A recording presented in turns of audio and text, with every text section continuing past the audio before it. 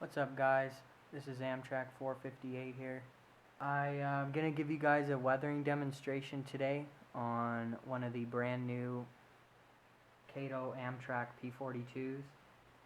This one is number 161. It's factory equipped with the tsunami sound.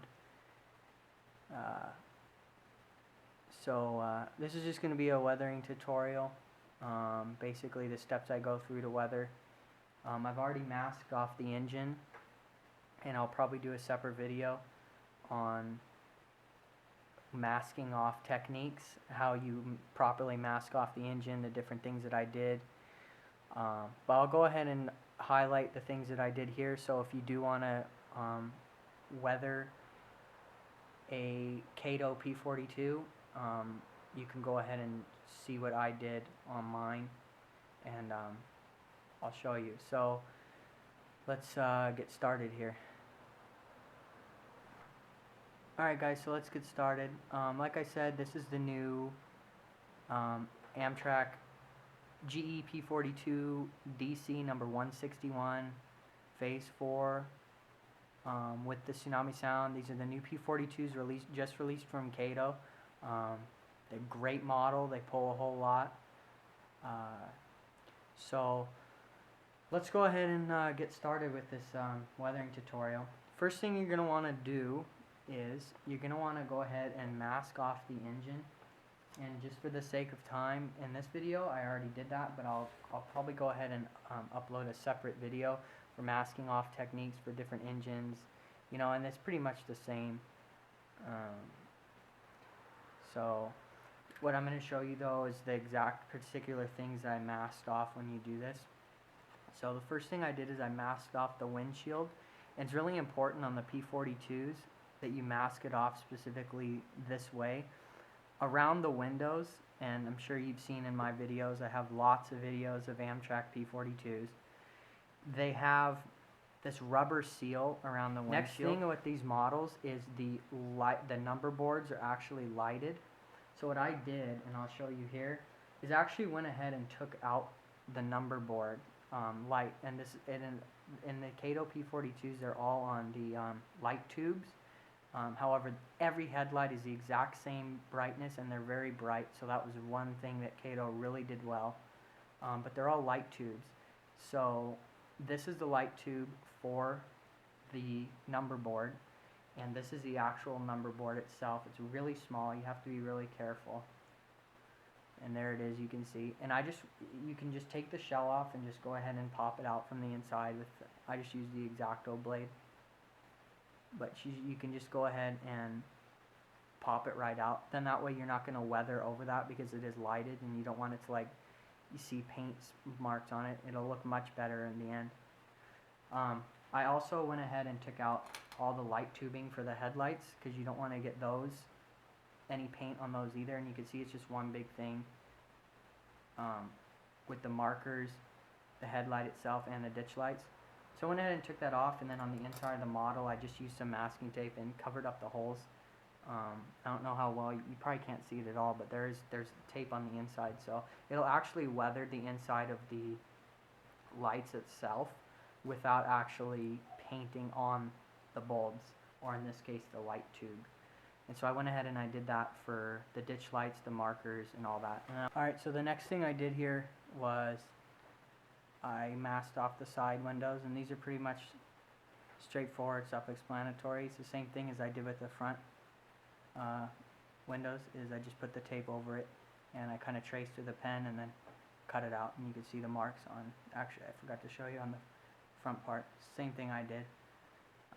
Just have to be more careful with these, but it follows the same principle. You know, there's like a little rubber seal, or there's a seal around the windows. You want to actually have that part weathered.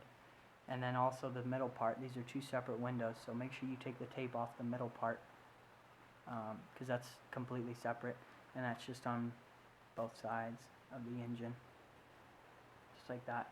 Okay, then so this is the plastic piece that goes for the rear of the engine right here, and that's actually just one whole piece in there, so I just went ahead and took that off. And then I also masked off the rear lights on the inside, because these two are on a the light strip here and light tubing, and so I took that out as well, and I just masked it off on the inside, and the couplers are out as well. So that's pretty much the whole process of masking it off. Okay, so now that we've gone over pretty much everything, I'm going to go over all the supplies you're going to need now so you can start this project of weathering this Kato P42. The supplies you're going to need. So first, like I said, you're going to need latex gloves or any gloves like that. You're going to need a lot of them because you're going to be taking them off and stuff. If you're allergic to latex gloves, like I said, you can get plastic gloves. Next thing, it kind of goes without saying, is you're going to need your airbrush. Like I said, I use the Porsche single action siphon feed airbrush. Your air compressor, that kind of goes without saying as well. And then your paints, I have the grime, the grimy black, and earth is optional. I haven't, like I said, decided if I want to use it yet. But you're definitely going to need the grime and the grimy black. You're going to need 2 or 3 of your paint canisters. I happen to have 3 here, and the reason why you want more than one is so you can add each color in, and then you don't have to worry about stopping and changing out the colors and mixing the colors by accident. That way you have all 3 here. So 2 or 3 of those. Your pipettes, these basically just go ahead right inside the paint bottle and right inside your paint canister without spilling or anything. So you're going to need some pipettes. And then you're also going to need, I think I said paint thinner earlier. I actually lied. I have acetone, but the acetone will work the same way. And it even says right there on the bottle, special purpose. I don't know how focused it is, but you can see it says special purpose thinner, cleaner, and remover. That's why I like using the acetone, because not only does it thin out the paint, it also cleans and removes it when it needs to be removed. And then lastly, I forgot about this earlier as well. You're gonna need some dull coat or spray lacquer, and this is gonna go on the engine at the very end. Once you're completely done painting, you're just gonna spray this on, and this basically just adds like a sealant on the outside of the engine, and it seals all the paint, so no harmful things will be done. So I think that's all for now. So let's go ahead and head outside and begin weathering this engine. Okay, so we're ready to start weathering this engine now, and I pulled up on my iPad some pictures of 161.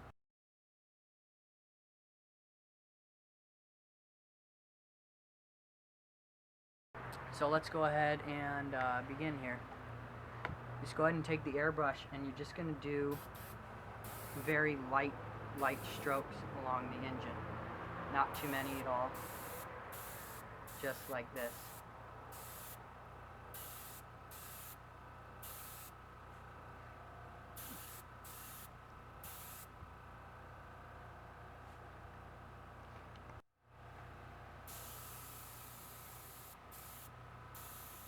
So you're going to also want to get down near the trucks a little more, because that's going to mix in with your grime a lot. So make sure you dust down near the trucks more than you would anywhere else. Like I said, this is just going to be a light dusting, and all you're going for is really a fade. You're not looking to cover anything up per se. But you are going to want to get the trucks more than anything. So, like I said, this is just a light dusting of paint, and you kind of got to just do it by your eye and see what you like the best.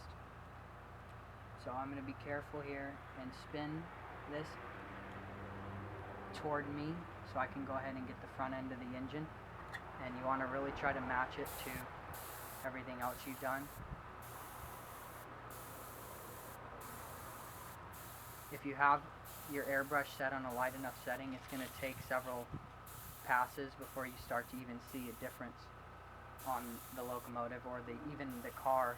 If you're going to do an HO car, make sure you get the top as well. You're really just looking actually to get rid of that shine that the engine comes with directly out of the box. You just You kind of want to get rid of that shine. But definitely match up the sides of the engine with the front, because you don't want to have the front have way more than the sides do.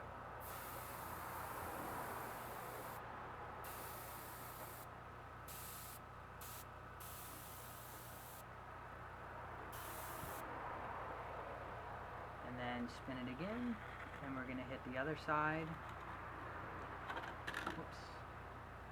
Now if this happens right here, which sometimes does, just be very careful not to touch on the body of the engine, because that paint is so wet and you're going to leave a fingerprint. So just grab by like the plow and whatnot, and you're going to want to just go ahead and hit the other side of the engine.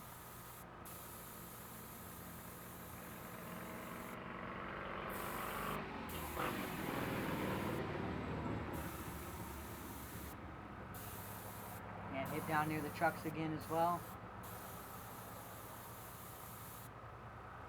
And just look at the side and make sure that everything's even with it on the sides and whatnot.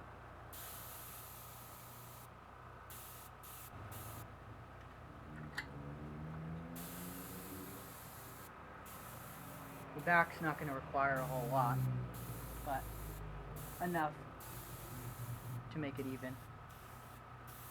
And then just go ahead and touch it up around the corners and stuff, and look at the engine and see how it looks and see if you're happy with it. And then if you are, you can go ahead and move on to the next step, which is going to be adding our grimy black.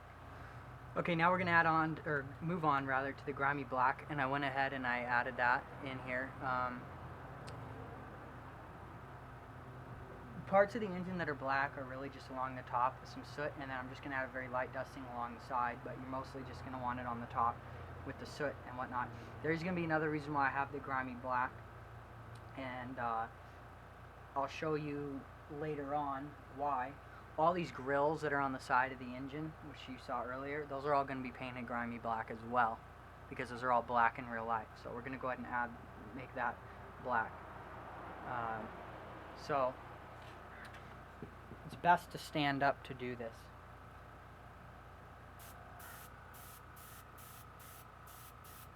And you're just going to add some grime right along the top.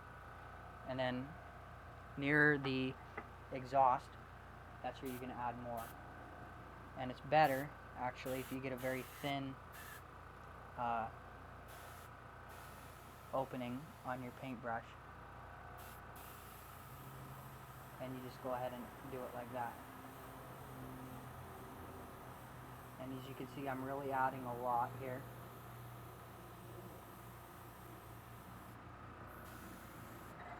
But it's not coming out very fast, it's very controlled. And this really adds the exhaust effect to the top of the engine. And then because a lot of these P42s are in push-pull, you're going to want to add a little bit more of black the other way, but not nearly as much as the way you have it now.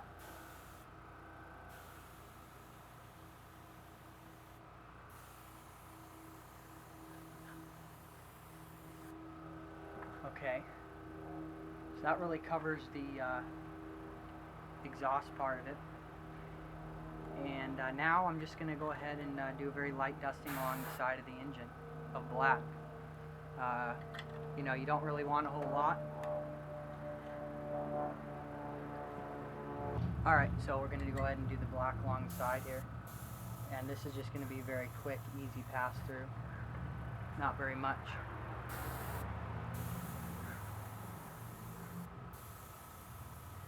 And that's really going to be it. I'm going to add a little bit more down near the trucks.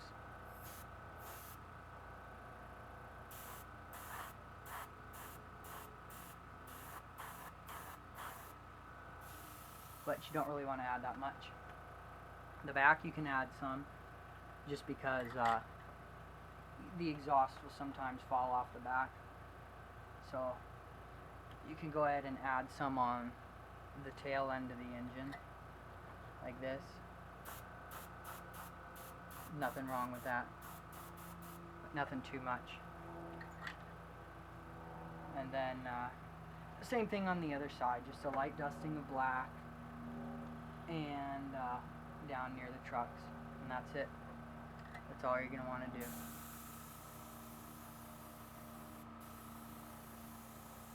And that was just 2 passes, and that's enough. And then just go ahead and blacken up those trucks a little bit, and then get the front, and that's it. I'm going to go ahead and conclude this weathering tutorial video. This is going to be like a 2-part thing. This is just the basic weathering of this Kato P42. In the next video, I'm going to show you guys the more detailed things that we're going to do to this engine that are just going to absolutely make it look awesome. So stay tuned for the next video. That's about it for this video. So join me on the next one, and we'll finish up this engine.